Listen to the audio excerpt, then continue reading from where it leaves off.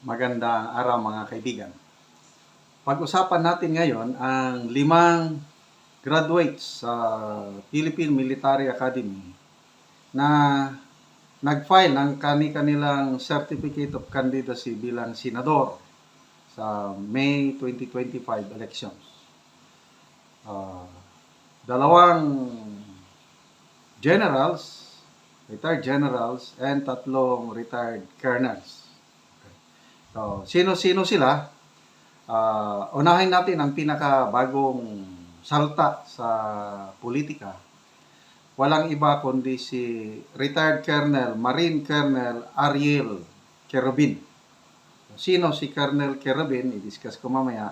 Pakinggan lang natin yung kanyang pahayag. In-interview siya ng media after yung filing niya. Ano ang mai-contribute ni Colonel Querubin sa Senado kung manalo siya? Usap kunwari ng China, no? Ito bang mga yung gusto natin ihalal na mga kandidato, handa pa sila na magpakamatay para sa inyo? Dapat pag-isip-isipan ninyo kasi may mga alam din tayo diyan na mga nagpapanggap na sabi nila magpapakamatay sila sa bayan. Ito kaya nilang gawin. Sana naman, sabi ko, doon na tayo mamili ba o sumuporta sa mga kandidato na subok na. Meaning, namatay, ilang ulit na namatay para lang sa pagmamahal niya sa bayan, para sa pagmamahal niya sa taong bayan. Sana naman ang mga kababayan natin naman tayo, ako si Ariel Querubin, muli na inaalay ang sarili para sa bayan. Isang ama, asawa, sundalo at Pilipino. Tatakbo tayo na senador na sinusuportahan ng Nationalista Party, ngunit tatakbo tayo na independent sa mga political slates.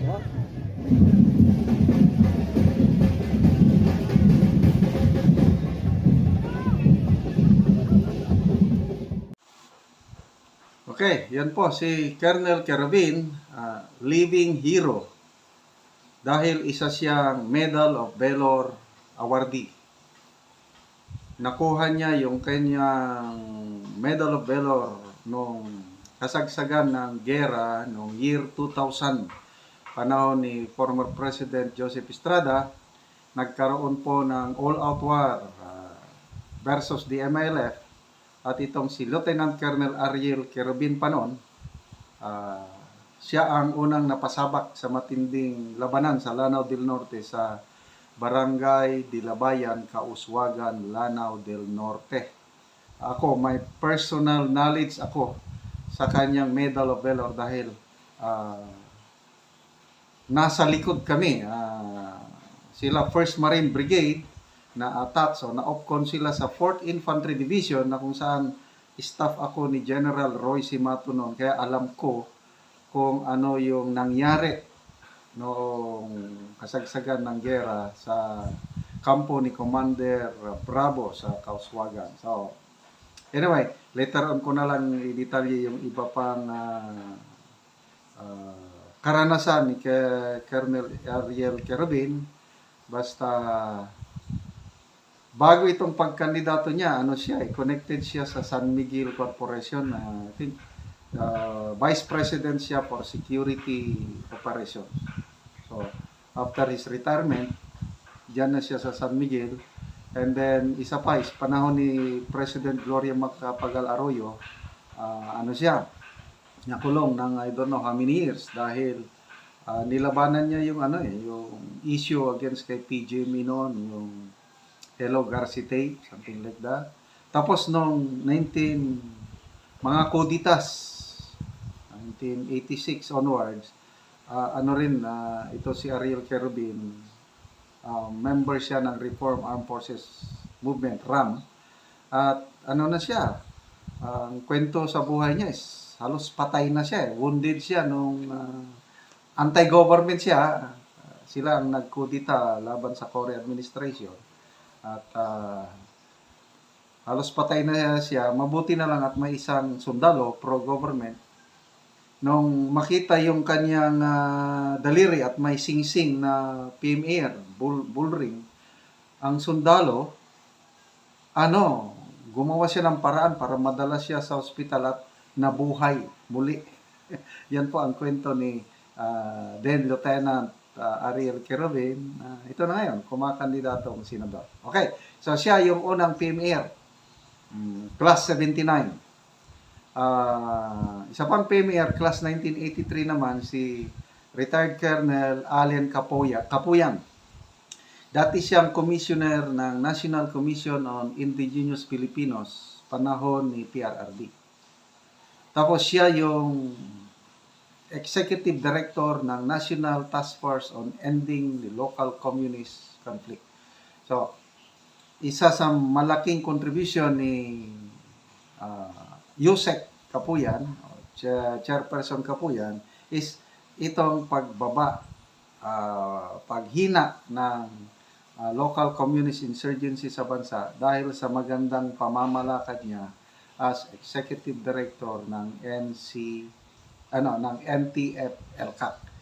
So ang kanyang advocacy, kung manalo siya, is para sa kapakanan ng mga indigenous people.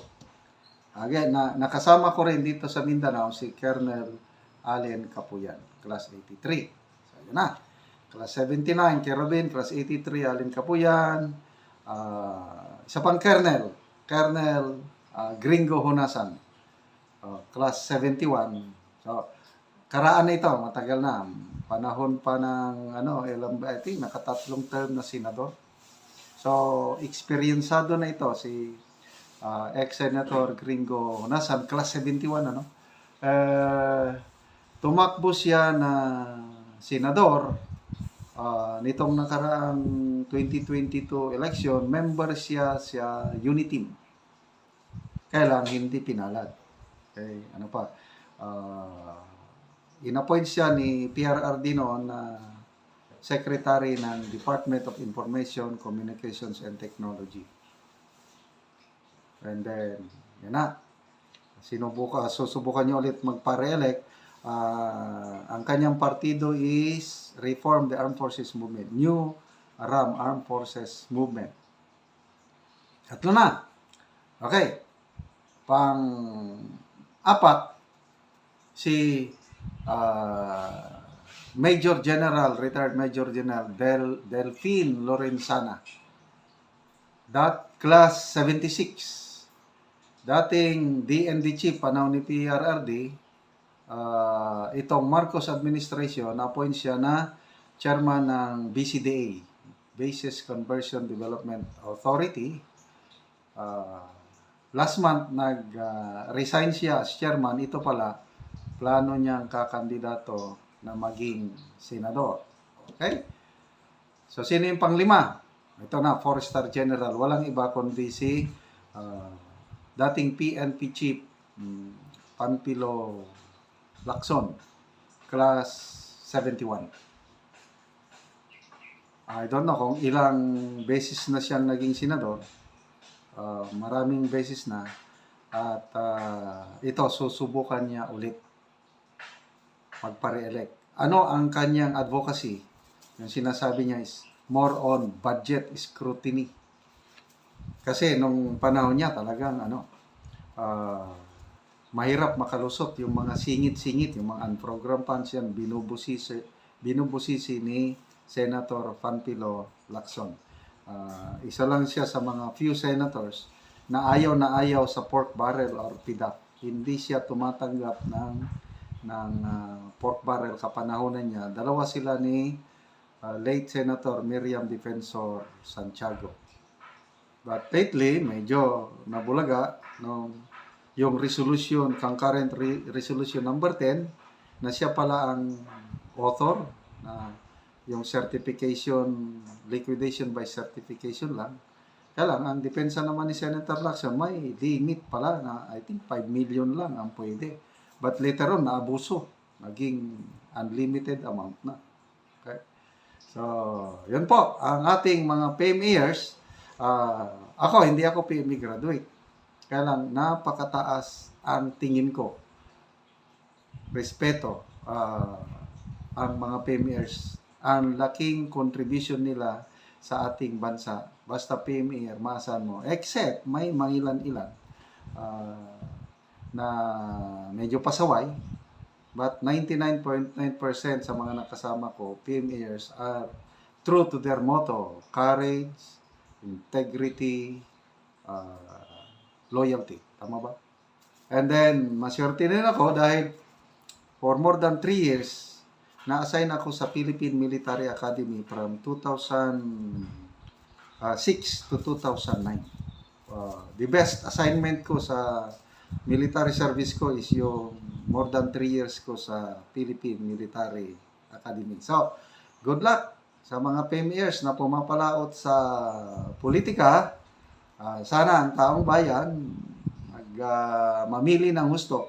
Huwag na yung mga dati na wala namang may mga senador dyan na wala namang naitutulong. So, itong mga PMEers, 5 ito, I tell you, may ibubuga, may kukontribute sa ating bansa.